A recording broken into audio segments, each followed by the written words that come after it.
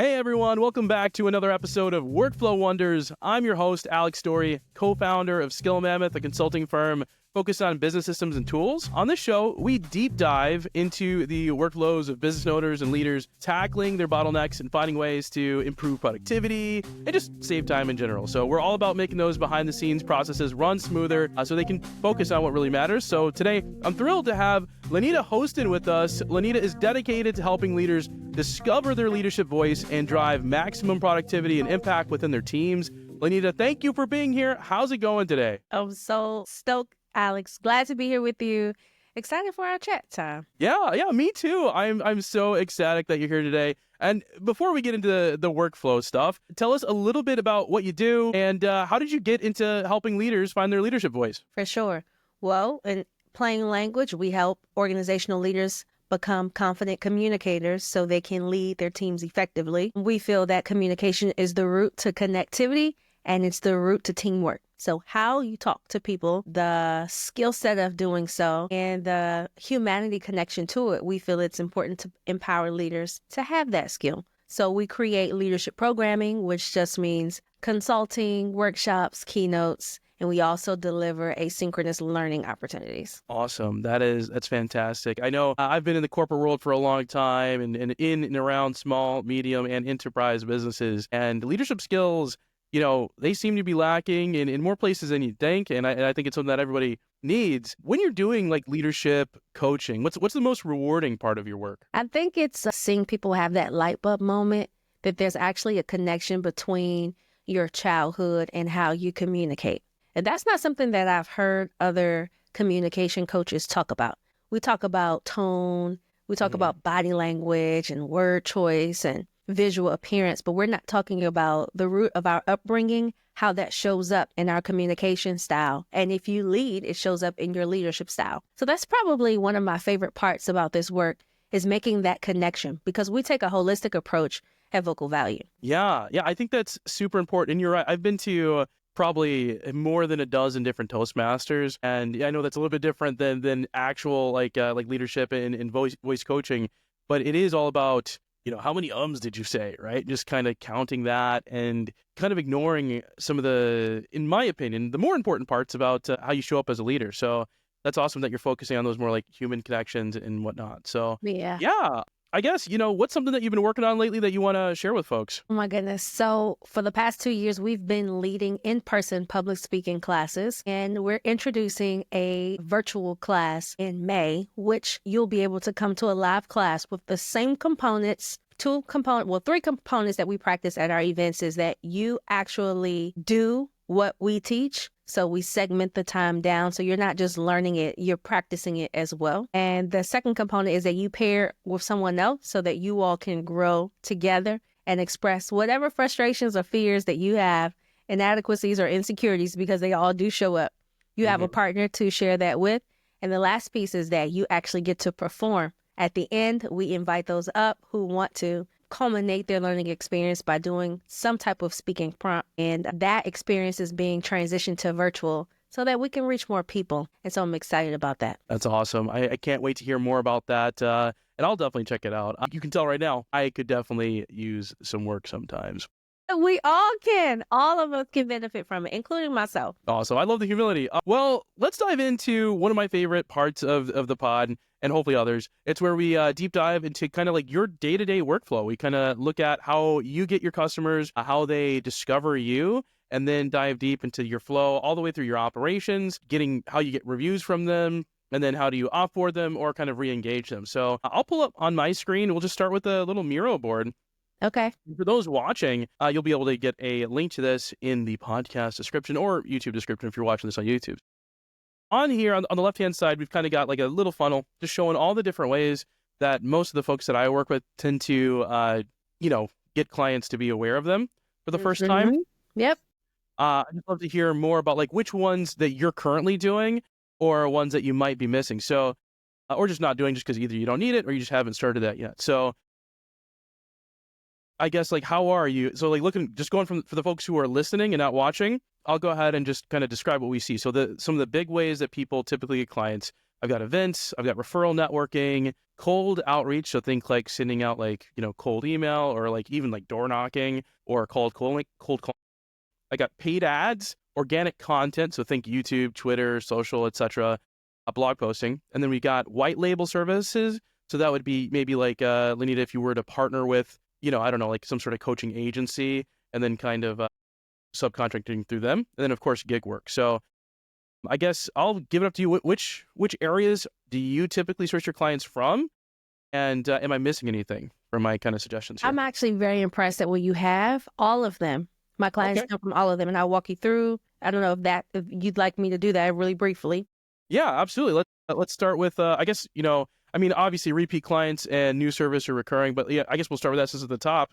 Tell us more about that. Yeah, when a repeat client comes in, they usually come by way of email. Hey, we want to meet again. We send them a calendar link to schedule that time to extract the details and begin piecing together a contract. For events, do you want me to keep going? Yeah, keep going. Yeah. Okay. For events, I usually use what we call a vanity URL. Somewhere in between my talk, I'll say something like, if you enjoy what you heard today, there's more. Connect with us here. It's a registration link, and that will put them in an email sequence to nurture them. If we have something coming up, they'll be included in that as well. So it's more of a passive approach. But we do ask them in the initial email, are you interested in scheduling a meeting to talk more about services now? And if so, then that gets them expedited on a calendar meeting link. Okay. For referral networking, this is the one I don't like. I don't enjoy this whole networking space. I've learned to become comfortable in it, but it's not my preference. But it will be the same thing as repeat clients. We send them a link, schedule that time, extract the information, same thing. Now, cold outreach is something that I am still developing the muscle for. We have done this, haven't seen much success. This is probably the least favorable option as of now.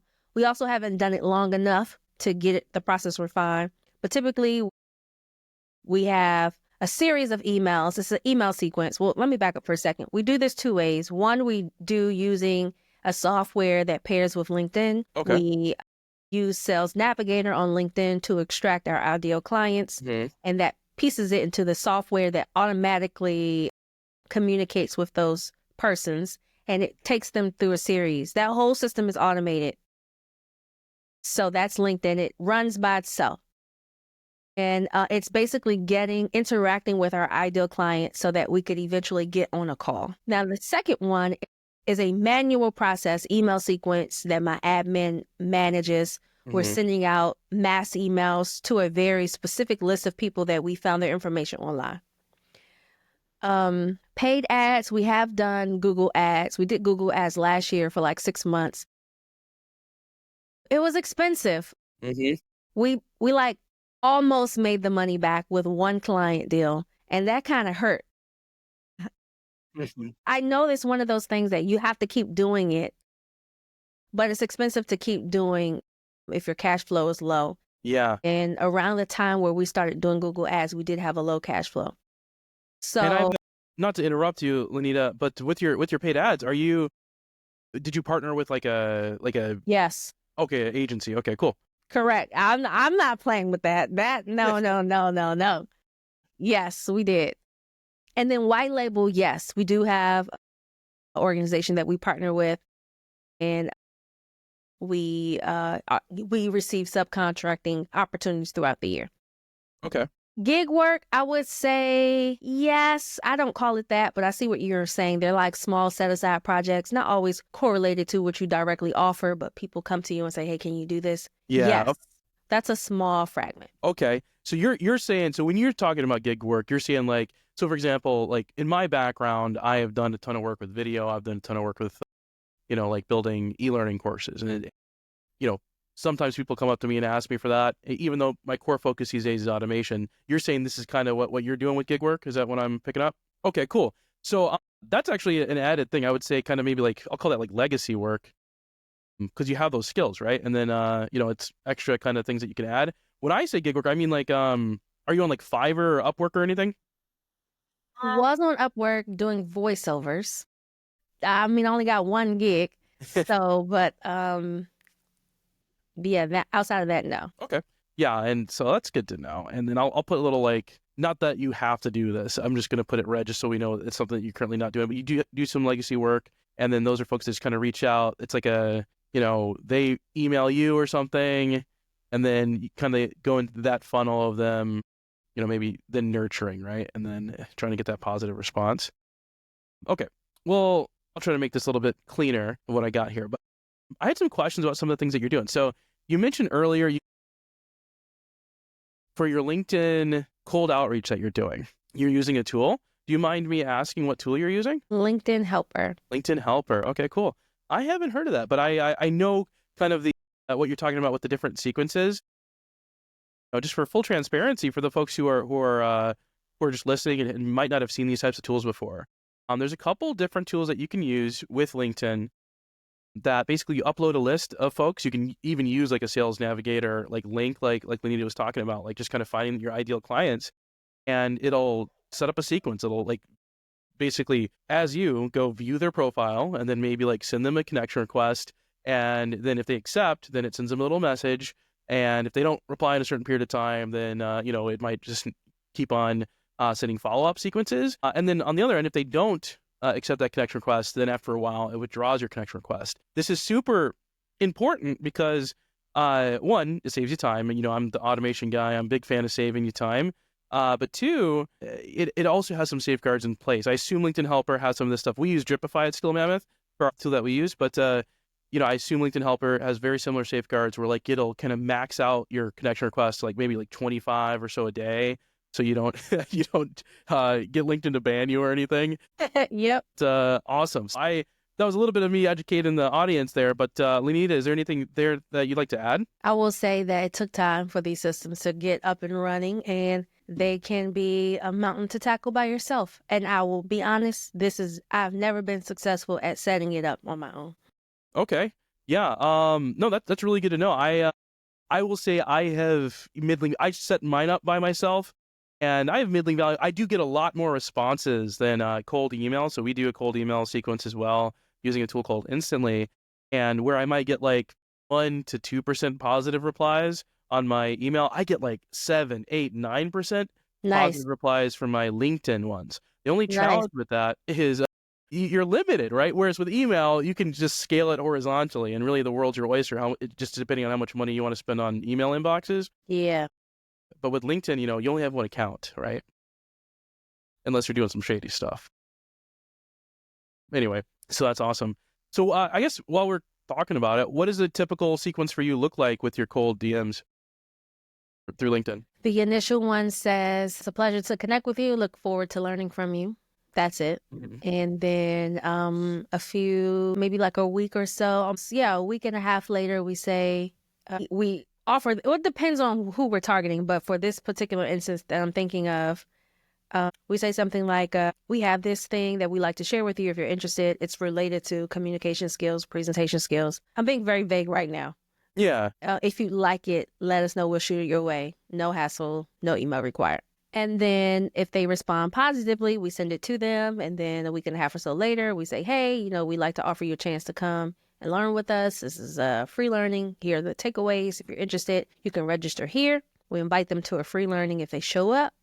And then if they do and they enjoy their time, which they usually do, Alex. That's good. Then we offer them an opportunity to continue their development. Good. Okay, that's awesome. So that's a really good sequence. I think I like that. And one thing that I love that you do, Linnita, that I think a lot of folks miss out on is you give it the time it deserves.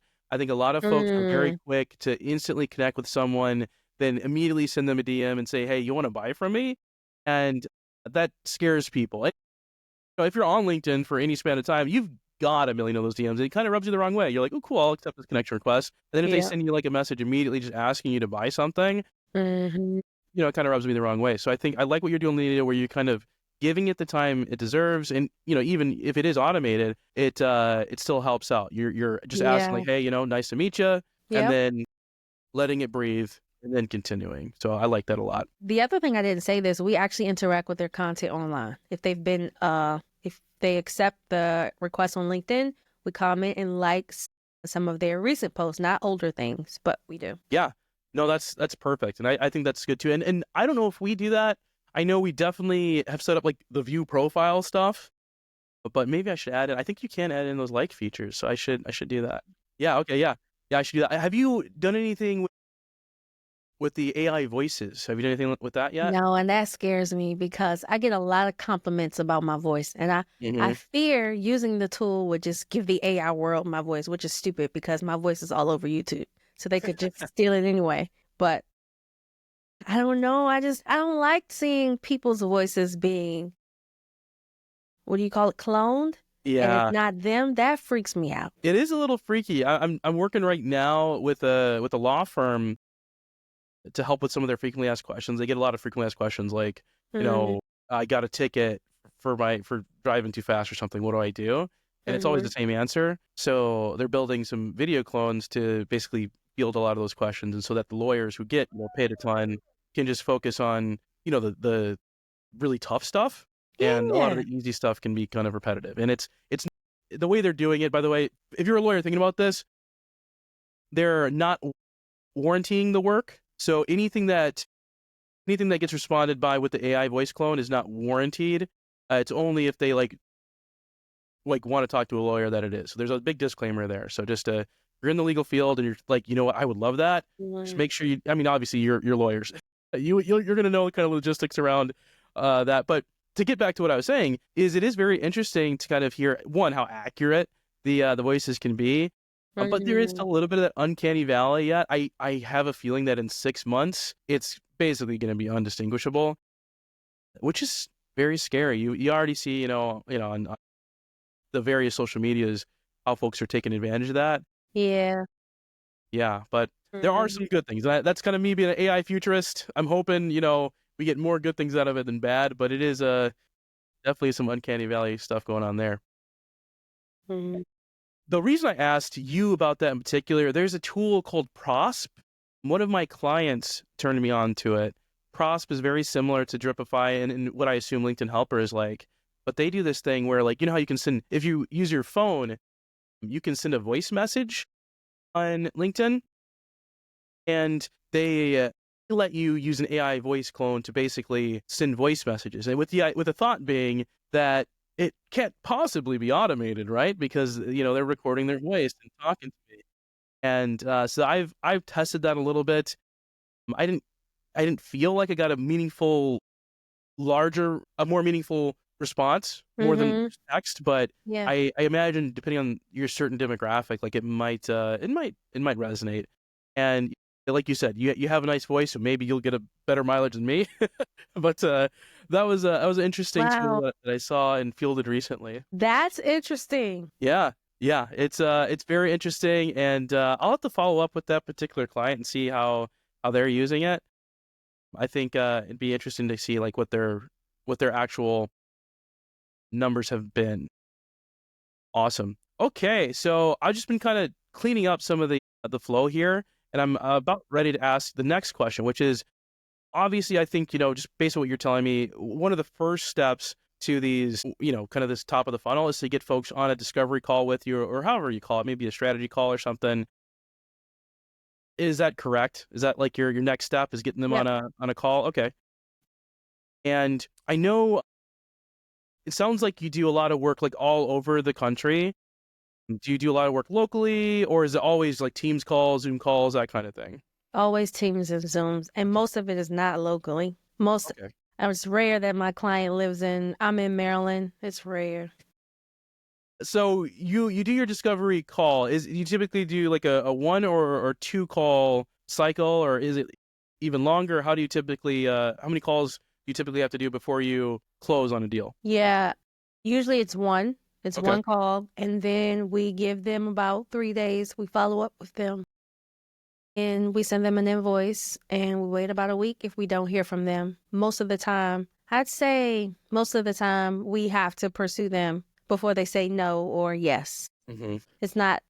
It's every now and then you get someone who has their mind made up and just send me the contract and the money. I mean, and the request for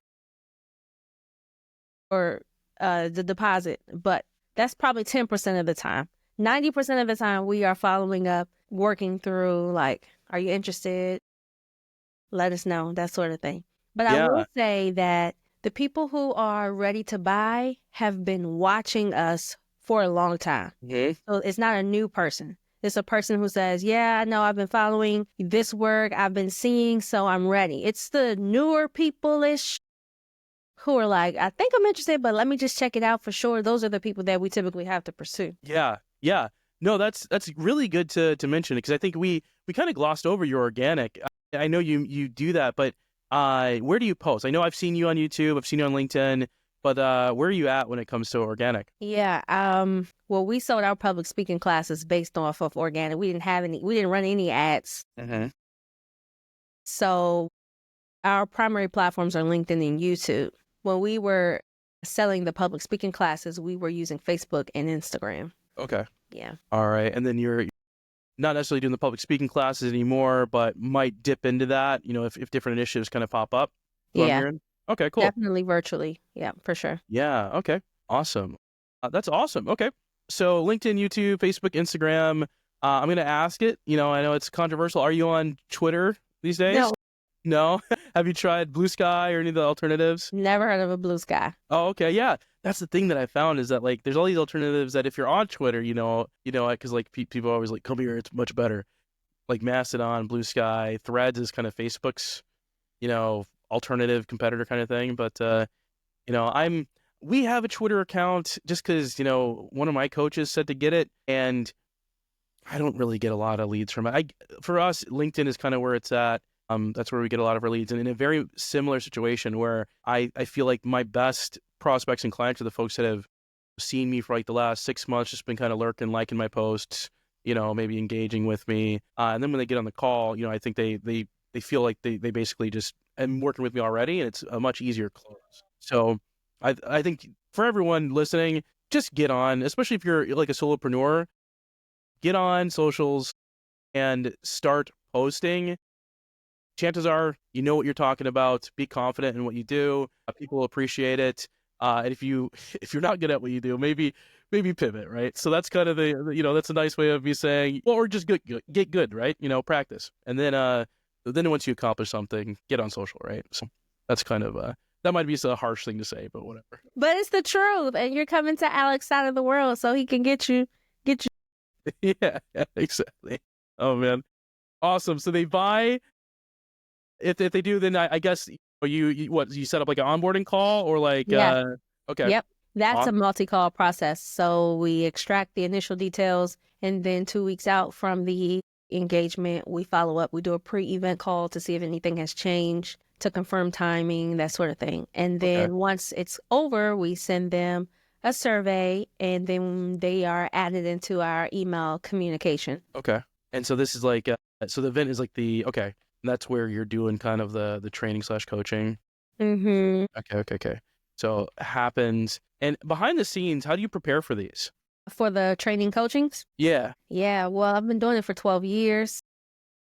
So a lot of our material is pretty much set in stone, but we do customize it based on the information that we extract from the client. So we ask about their current challenges and their goals. What's the environment they're looking to create, and what are some of the areas they see are opportunities for improvement. We also request that they send us 3 people from their team at each level, junior, mid-level, senior level, and we interview them to get their feedback. We ask them the same exact questions, and then we incorporate their feedback into our training. Okay.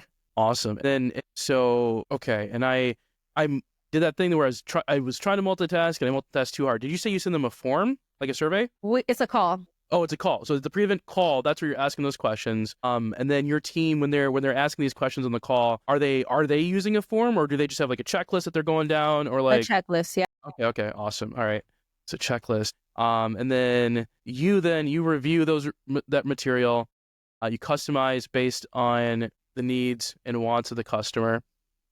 And I imagine some sort of like, semi-productized or modular delivery, right? Where like you Correct. might tweak certain things. Okay, that makes sense. I think that makes perfect sense. And then the event training coaching happens. Let's spell that correctly. And then you send the survey out. So like a post-event survey. And this is internal, or are you like going straight to like a Google review? We just switched to Go High Level, so it will be internal. But as of right now, we do take them to Google, a Google review page. Yep.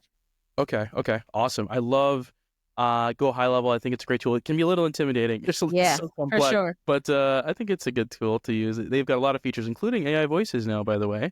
Yeah. You might have to pay extra for it, but there's a million add-ons with Go High Level. One of them is AI voice, agents and whatnot. So I've been looking at that. One of my clients is I'm engaged with their organization to do some different automations, and they're partnering with a different firm that's doing the Go High Level voice. And so we're kind of working together. So that's kind of where I got looped in on that. But so you have a post-event survey with Go High Level. I think that's really good for the folks that are on the call. This is one of the most important like safeguards that you can do to protect your business's reputation, especially if you have high volume, which I imagine, if you're doing these events, Linnita, if you have if it's a group session, for example, you're sending it to all sorts of different people, that can be high volume. So you want to make sure that if they had a bad experience, you can capture it, you can figure out what went wrong, help them out, and before they go public to a Google, to a Yelp, to are you on Clutch, Linnita? No, never heard of Clutch. Okay, Clutch is it's like the LinkedIn of reviews is how I describe it. It's a business to business review site. So I'll pull this one up. So Skill Mammoth, we only have 4 reviews on Clutch, but it is like a, very, very detailed reviews where like people have to, like they literally will call the customer and like verify like that you actually bought from them and stuff. Whereas like Google, I feel like anybody with the email can write a review on you. But anyway, check it out. Nice. If you are in the business to business space, check out Clutch for those of you. If anything, just to get as many things that have your brand name on Google, right? So when somebody types in your name, they have to scroll 2-3 pages before they see any of your competitors, right? So that's kind of, anyway, I've been yapping there, but that's, I'm glad that I got to turn you on to that. So awesome. Thank you. And then, so I imagine with this kind of format here, I imagine after they send you a survey, or after you send them a survey, right? You are, let's clone this here. I need my diamond. Here we go. So if it's a reviews, they do the review or the survey, answer survey. And then based on that response, I imagine then you could probably ask for that good review, right? Mm-hmm. And then it goes to your, like Google or whatever, request for Google, like a public facing review. Mm-hmm. And let me pull up your website. Is it just vocalvalue.com? Okay, vocalvalue.com. Let's pull it up here. Oh, I love it. Okay, cool. Yeah. Love the logos, love the numbers, love the above the fold. What I was looking for was the Google. I don't know why I pulled up your website. Give me a second. There was a reason. Oh, man. All right, we might have to edit this out because I totally forgot. I was like, I want to check something out. Were you looking for the integration of the reviews? No, I don't see the integration, but no, I was looking for the integration. Okay, I was looking for video testimonials. Here they are. Here are your reviews. Okay, let's kind of circle back, rewind. Okay, so we're on your website, and we, I can see what your clients are saying here. This is good. These are the testimonials. People don't want to just, see that, you're awesome and everything. They want to see what other people are saying, so it's good that you have that there. I was wondering, do you have any video testimonials? Do, but they're not on the website. They're not here. They're it's in development as we speak for our new landing page for our classes. We request for the Google review. We're almost done with your flow. So I imagine if it's a good review, awesome. We're going to take that, maybe make a case study, maybe now ask them for a video testimonial. And I think a lot of folks feel, and this is not you, Linnita, this is just me talking to the audience. I think a lot of folks feel a little trepidatious, if that's a word. They have trepidation when they ask people to record themselves for a video testimonial. And I see the same thing also on the beginning. People are like, I don't want to ask for their phone number. They're not going to want to give it. So they're not going to fill out my form. Nothing hurts with making it optional, right? So like you can just ask for it. If you don't make it required, like in the example of the form for the phone number, and they're not going to, you're not going to lose too many people from that. And if they do give you that phone number, then you can text them, then you can call them, and it's a little bit easier to nurture them into getting on a call with you. Same thing with video reviews, right? Doesn't hurt to ask, and I think a lot of people get afraid. They gatekeep themselves, and they prevent themselves from even getting a video testimonial in the first place because they're like, no, I don't want to, that's too much to ask. It's like, that's for them to decide, right? But anyway, cool. Okay. And then how do you offboard and how do you re-engage your customers? We don't have a process for that yet. Okay. Still working on like a re-engagement plan. Yeah. Yeah, that's good. So I think, if I could give any advice, and I know you're probably thinking about this already, one thing that you can, by the way, do you use a project management tool? Product management?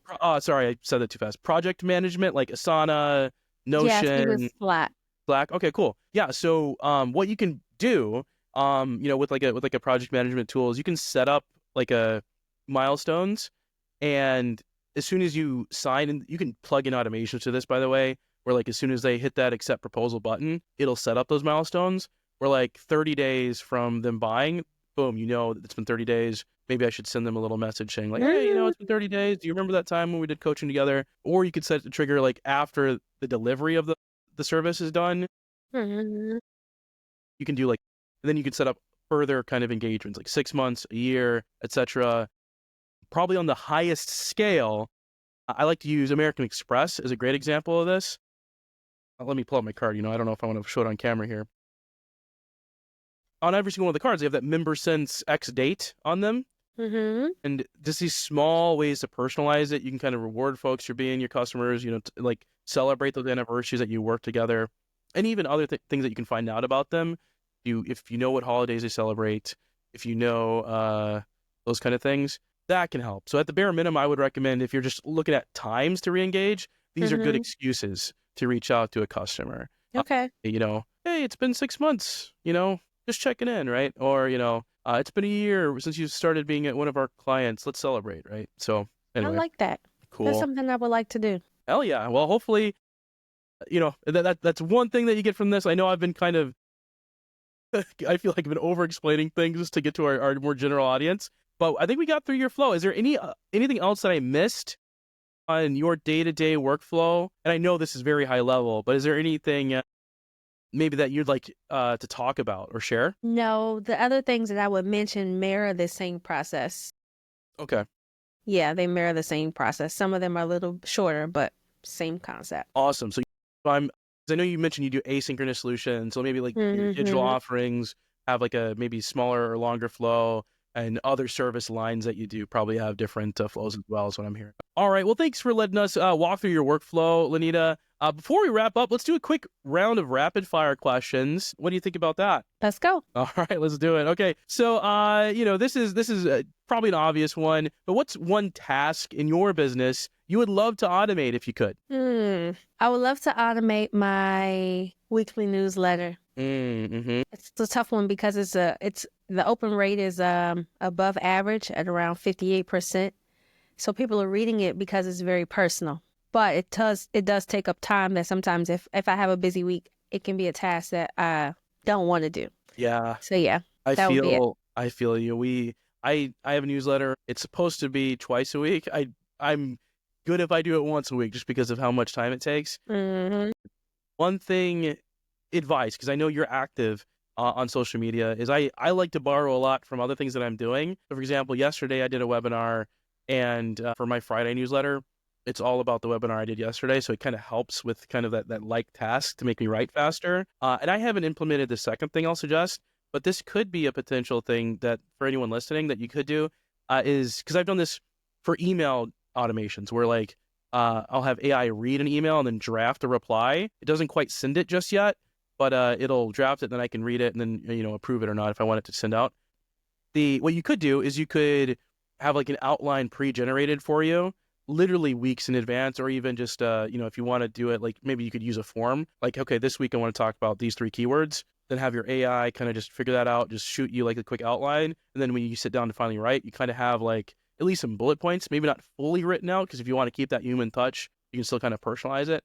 That way, at least some of the legwork, maybe almost like think of it like an intern, just getting you prepared, right? Thank you. So I haven't implemented it, so try it out, but I've done it for emails, and it's kind of similar. So, all right, what's your go-to productivity hack that you'd like to share with the folks in the business world? Getting good rest so I can think clearly. That's huge. I feel guilty because I'm not getting that. That's awesome. Yeah, good rest. I think I was just reading a book by Cal Newport where he talked about that, how important it is. I've been trying to get at least 6 hours of sleep. I kind of burn the candle at both ends, but working on it.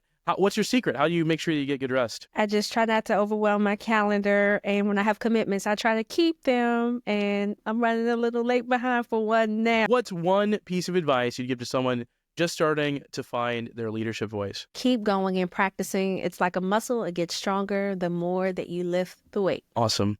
All right. Well, thank you, Linnita, for sharing your insights with us today. It's been a pleasure diving into your workflow and exploring ways to make it more efficient. For anyone listening who wants to learn more about Linnita's coaching services or get in touch, where can they find you? All things Linnita Hosten online, Facebook and YouTube, as well as Instagram. And if you're interested in learning about our classes, you can go to vocalvalue.com. Awesome. Well, thanks again, Linnita. And thank you to everyone for tuning in to another episode of Workflow Wonders. If you haven't already, go ahead and give us a 5-star rating on Apple Podcasts and Spotify. And until next time, keep refining those workflows and watch your productivity soar. Bye for now. Bye-bye.